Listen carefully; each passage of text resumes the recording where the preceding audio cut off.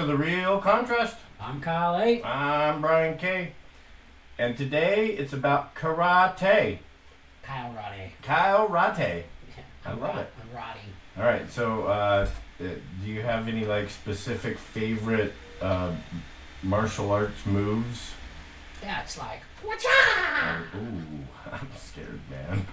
I had a client tell me, man, you're really good at this. And I never caught myself doing it until he said something. We're doing a buyer representation, buyer consultation, right? Buyer representation. And I just, here you go, here's the pen, right? He's like, at the end of it, he's like, man, you're really good at getting people to sign things. I was like, well, what do you mean? He's like, you were on that pen really quick. I guess that's a karate move. Hey, you know what? I got things to do. Yeah. You hold the pen, I'll move the paper. Never meant to be in a rush by any means. Just something that happened. Now I just bring two pens so that way I don't keep handing a pen, right? Mm-hmm. Smarter move. Longest that you've worked with a client before they finally bought something? 4 years. Ooh. 4 years. It's a long 4 years.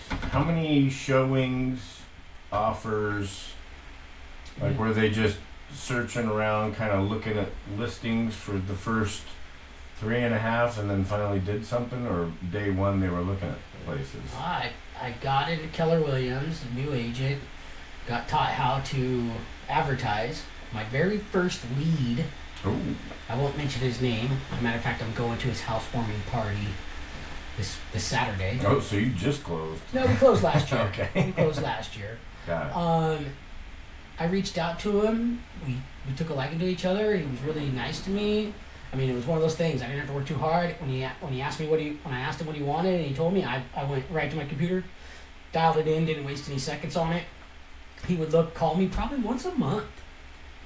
He called you? Yeah. Wow. Once a month, and we kept in email communication and built a good relationship. And they came into town last year finally, and we got them sorted on a place. We didn't do too many showings. I gotta be honest. I think we only did about 20 showings.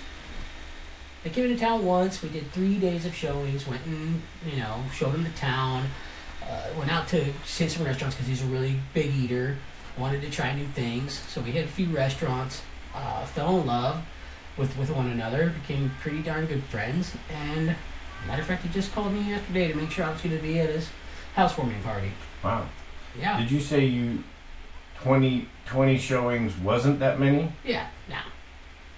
For a buyer or for 4 years? 4 years. Yeah, Got it. For 4 years. And it's actually not that many for a buyer. I've done way more showings for buyers than that. And I've done more offers for buyers than that. Okay. All right. I just closed one. This was my 5-year. Give me some of That that. felt good, man. That's a good relationship. That feels good. I know, I'd say I did at least a dozen showings. I know it was more than that. But in person, I think I showed the wife 3, a combination of the wife and the husband 2 more. And I probably did at least half a dozen to 8+ virtual showings where it was videotaping, Slow down. downloading. Yeah. No, it was never something most of the properties we couldn't get good enough cell service, so it's Right. always something where I had to videotape and then download and Gotcha. Man, Upload it to the email and send it off. that's brutal. When 2020 and 2021, when things are moving like that, you're like, well, we got to upload. In the meantime, 19 people have just written an offer on that same house. Yeah. I think we wrote, I'd say half dozen offers. First 3 or 4 of them were in the midst of everything crazy, and it was just. And then we got under contract with one, and too much stuff wrong with the house, and finally closed the deal with them. Good. Yeah, on my long-term relationship, well, I'll tell you this, all relationships are long-term, right? Absolutely. Just because you haven't got them to buy right away doesn't mean anything. I think these are actually ultimately better in the long run because these are the people who are going to be waving your flag. Mm-hmm. You know, and so with these guys, it was only one off. They only put one offer in place and they got it. But the whole idea is they start out on a journey, and you see this all the time. It's, oh, this is what we want. Ultimately, they end up with something they liked better that wasn't even close to what they started, saying that they wanted. Sure. So they were like, oh, we would really like to be in a 55 or older community. That'd be great. Because we really like it that way down in California, right? And at the end of it, it was, well, So you're the reason that everybody's moving here from California? No. Just wanted to clarify. I do not have that much power, and I don't want that much power. But I will tell you this, it was really nice, because I was like, no, maybe you guys should come check this out. I took him into a modern home over in Coeur d'Alene, really modern, right? And he fell in love with it. He's like, oh, this is the one. This is the one. Got him a good price. Happy shoppers, happy journey. Love it. I love those. I think those are the best. I got another one that's been sitting on the fence for a while that we're building a good relationship. And this one guy will be 3 years. And it's just slow and low. Reach out every couple months. Yep. When he gets ready, he's ready. I got a 4-year, and this guy came in last year looking at a place. He actually met the seller there, went through it, spent about an hour with the seller, had me do an individual showing, spent 2 hours there. This house has been on the market, off the market again through the winter. Right. And it comes back on this year, and he reaches out to me, goes, hey, can you ask the listing agent this question? I'm like, sure. And of course the listing agent's like, dude, what's the deal with your guy? Yeah. I'm like, maybe this century. That one, reaching out and asking those questions, I think that's a good topic, because we know that buyers will ask some really weird stuff and then put you in a position, and it has for me, like, hey Kyle, I really like that $8 million property. Will you see if they'll do a seller carry on that? Yeah. Call up the listing agent. Hey, don't shoot the messenger, but would you guys consider doing seller carry? He goes, well, you know what? We've done that quite a few times out here. I'll check. Got an answer back. Yeah, we will. Isn't that something? So you just never know. I think it's always a benefit, even though we think, like, what the backlash might be. Because I've been known to get a lot of backlash from other agents. Low ball offers. Just listen to what my clients want. Weird questions. And if you don't ask the questions and you're actually saying it from what you think, then you're not actually getting them the answers they need. And let me add to that.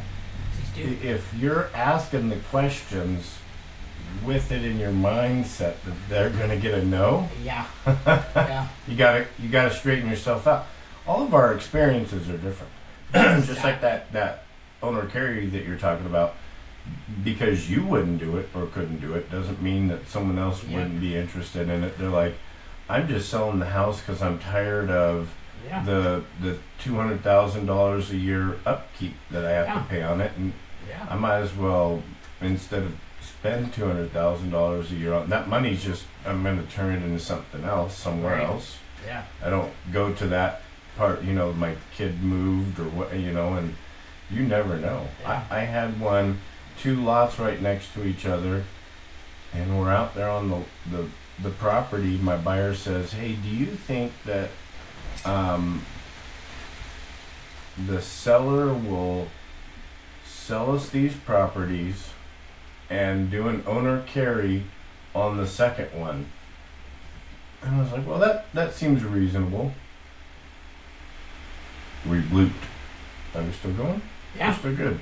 I says, that seems reasonable. And then he starts adding in there. And by the time it was done, I was thinking, and I'm telling him, like, if I'm the seller, I would not accept this offer.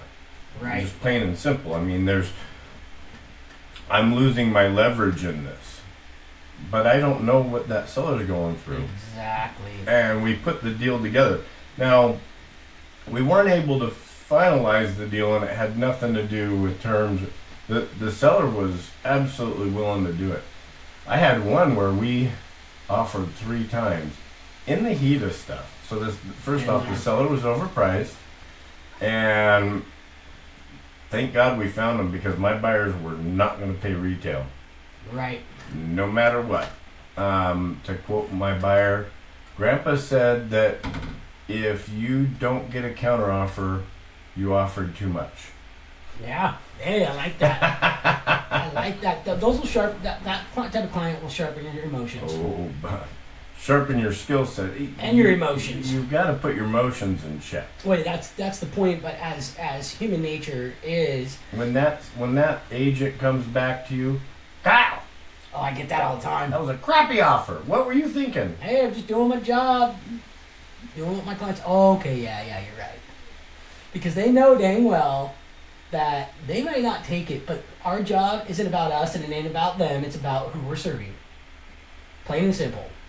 What do you want? Now, would I try and guide my clients to make it a better offer or appropriate that might be a little more beneficial to them? Absolutely. However, I will say this. Every single one of my buyer clients that has put their nose to the grindstone, this is what I'm going to do, and they stick at it, they've always gotten what they wanted. Mm-hmm. Always. It might be 36 offers later, but at the end of the day, they know that I got their best intentions. I'm listening to them, and I'm willing to take the heat. And I've gotten a lot of heat. Well, that's our role, and ultimately, those relationships. I was talking to a client of mine at the end of last week, and I go, my job, what I've been doing for you before I met you, has been building relationships with other agents. Right. Yeah. Yeah. Absolutely. Because, so here was a scenario. I call an agent up and I'm like, hey, I'm having a really hard time in this area pulling comps. And while your house isn't exactly the same, it's kind of the same area. And I'm curious what your activity was. And he just lays it out like, dude, we're under contract for this amount. We had to do this to get this to work. And it's like, wow, that's massive information Yeah. that I can now take back to my clients and utilize and help them grow and get in the best position. Absolutely. That's our job. Resources of resources. Help and help and help again. Oh, absolutely. And move over. And you just never know what, like you said, the circumstances of the buyer is or the circumstances of the seller. If you're working with the buyer, you know the circumstances of the buyer. But it's kind of funny how things play out when you're going through the grind of getting your clients what they want. 15 offers in, you hit a freaking gold mine. People are getting divorced, they're kicking each other while they're down. They want to see each other suffer, so they take the lowest ball offer they've probably ever gotten. And you got one guy in the corner, which is your buyer, going, yeah. And you got two people just wanting to walk away. So it happens. And it's almost like a miracle in a sense. But it happens. It does. Some of the stuff, I'm not pushy. And sometimes in our business, if you get to know your clients good enough, sometimes you have to be pushy. Yes. The one time I reference a lot, this was a while back, but just a super cute older couple, they were in their forever home. They did not want to move. Yeah. Problem was that house was 20 minutes farther outside of where the hospital was than other houses were. Yep. It was 10 acres. The husband just had 3 pins in his spine, and I want to say it was a triple bypass, but maybe I got those. Yeah. Anyways, bad. 3 stents in his spine and a triple. 3 stents in his spine and a triple heart pass. Yeah, it was 3 bads on 3 bads, and he couldn't mow the lawn and he couldn't plow the driveway. But he don't want to move. They didn't want to move, and the kids actually came in first. Right. And they said, we need you to sell our parents' house. And I was like, that's cool. Where are your parents? And they're like, well, here's what you're getting into. Yeah. And I'm like, okie dokie. So we get down into it. We get a good offer. We're in the inspections. And the problem is the when you've had another offer and it had something else, the seller spent that money, Right. and then the seller, the first buyer leaves, and the seller's Yeah. just like, well, that's how much money I'm getting.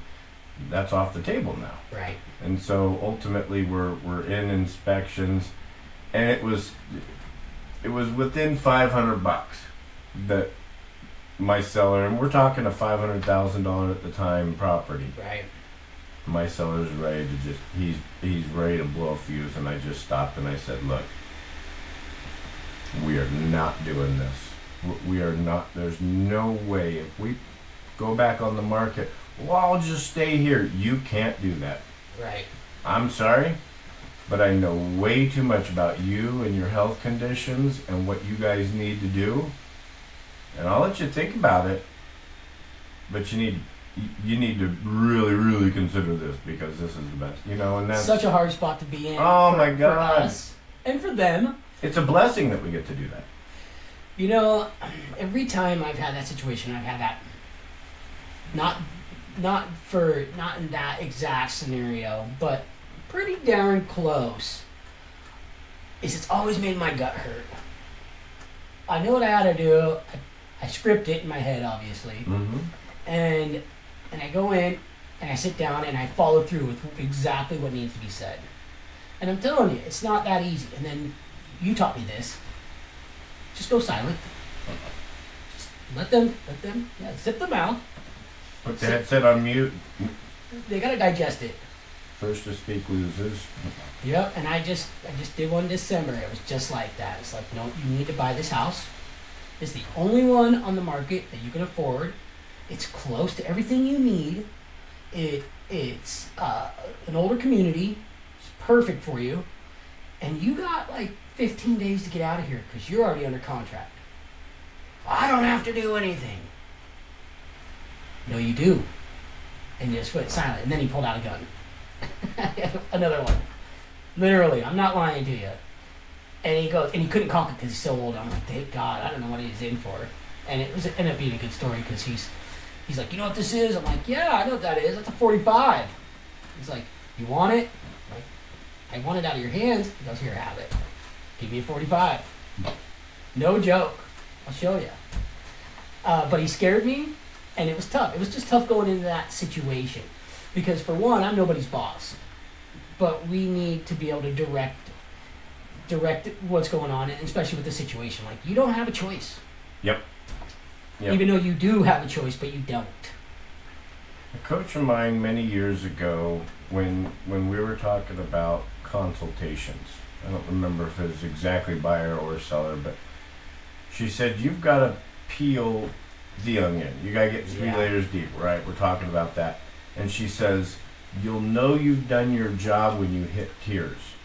And I'm like, whoa, that's pretty harsh. Like, you want me to kick my client in the crotch or what? Yeah. And the first time it happened, the seller wanted to sell his home. Had a nice home, lots of projects going on, wasn't really in show-worthy shape. Wanted to sell his home and buy this random lot of property. And we sat there and I say we because it was me and my teammate were doing the listing presentation, and come to find out, man, and he just started, old dude, super hard, never saw another wet eye, but he broke down because it was shortly after 4th of July, and he had bad PTSD. Mm-hmm. And it was the hardest thing, and he's like, I need to be away from the city. And I say that because if you're doing that, then you can reference back to that Right. when you need to help your client the most. Right. Remember what you told me about how you can't take it in the city anymore, Right. right? This offer gives you the opportunity to buy that property, to buy the bus, to get out there, to get away from. How will that make you feel if you're out and away? And ultimately, we get called or teased about being psychiatrists a lot. Oh boy. Yeah. And there's a reason that buyers have representatives. There's a reason that sellers have representatives because this is emotions tied up in a lot of this. A big time, and I think that drives a key point as far as dealing with people is, for one, you don't know what their situation is. So going in with some humility is ultimately not just because you want money, not just because you want the deal. I mean, we all want a deal. We're trying to make money and a living. But going in with sincere humility with these people, letting your guard down so they can let their guard down, it's going to help get through all the hard obstacles. And ultimately, you know, when you have those deep conversations with them, you build a strong relationship. Yep. And that's where my mind goes with that. And I know that a lot of people say psychological warfare, but that's not what you're saying. You have to bring that up when times get tough, right? When we're out there and we're looking for homes, and you can't find the right one, and they just want to give up. And you go, well, what's your why, in a sense, you know? And well, I don't know how many sellers, just take it off the market. I don't need to sell. Okay, well, why are you selling? And that's the same thing. Well, because of this, and this. Mm-hmm. I'm getting divorced. Can't leave for him. My back's bad. My Has knees. that changed? Nope. No, but like you said, it's the emotions in it. And I mean, we're talking, people spend their lives in their homes. They've built lives. They've built memories. Mm-hmm. And that's why you see a lot of people, you could have two houses right next to each other, both of them in the same condition. But next door neighbors think their house is worth more, and these people think their house is worth more than next door neighbors. Yes, absolutely. And it's not because the value of the home, it's because of what's happened in it. What's happened in their lives. So I would always say, you know, not just treat people with kid gloves, but go in with the utmost amount of respect you can. And for one, that's doing our jobs, bringing all of the information we can. So we're professional and we're caring, because our job isn't just to skip over something, not the conversations we have, and definitely not any of the facts that we need to bring to help them solidify their journey. Yeah. God, that was deep. That was. You got the shovel out and started going. 3 layers. Good job. I think it's important. Mm-hmm. You know, it's this. You will have to. I know you'll agree with me. This isn't just a hobby for you. No. It's not a hobby for me. It's something that I found that you can drive a lot of beautiful happenings in this business. Mm-hmm. Like, I knew nobody here when I moved over here. Now I got a good, solid 200 people that I can call anytime and have a great conversation with. Dude, that's huge. That's called community. They don't have to live right next door. No one succeeds alone. Not only that, that's what the world needs anyway. Yeah. So it's not just real estate that we're practicing here. We're practicing something bigger than that, in my opinion. Yeah. And it dawns on me all the time when one of my past clients calls me, hey, when are we going to get together? Man, we'd really like to cook for you. It's been 2 years, right? I've called several times, left them messages. Not that they were ignoring me, just they have their life to go on to. Happens. But that connection, I want you to meet my neighbors, and you know, that's something kind of special in the world where we have a bunch of fences put up. You know, and me and you and other agents, like-minded agents, are out trying to knock those fences down. Not just because that's our profession, because there's something innate inside of us that loves people. Right? Yeah. Oh, 100%. Yeah. The guy that I just did a deal with, when you talked to him, he knew what his client was going to say and do. I mean, and there was zero doubt in my head that he had built that relationship, that he had built that Right. bond like Right. you should be doing. Yeah. And then there's other agents out there who I've been talking to one in the last couple of weeks, and I'm like, hey, is your seller, and and asking questions, and it's a ghost, and what I truly believe is they just didn't build that good deep bond relationship from the start. And then it's just really rocky. It's really weird, Well, sometimes circumstances don't allow you to do that. That's true. Well, I'm in one right now. Like, I can't pinpoint my client for the life of me, and I've spent time with them, but it's not like we spent months with a buyer, right? Mhm. We actually get to build something. So when they do come to sell, you already know them, right? or it's not somebody in your sphere that you've been building this relationship for a long time, where there's a bunch of trust built. This is, some people make rash decisions or they make them in an emotional state. Ultimately, you come in, they like who you are, and they see who you are because you're being genuine, but you don't get to see truly who they are. And maybe they don't get to see you because they can't look past themselves.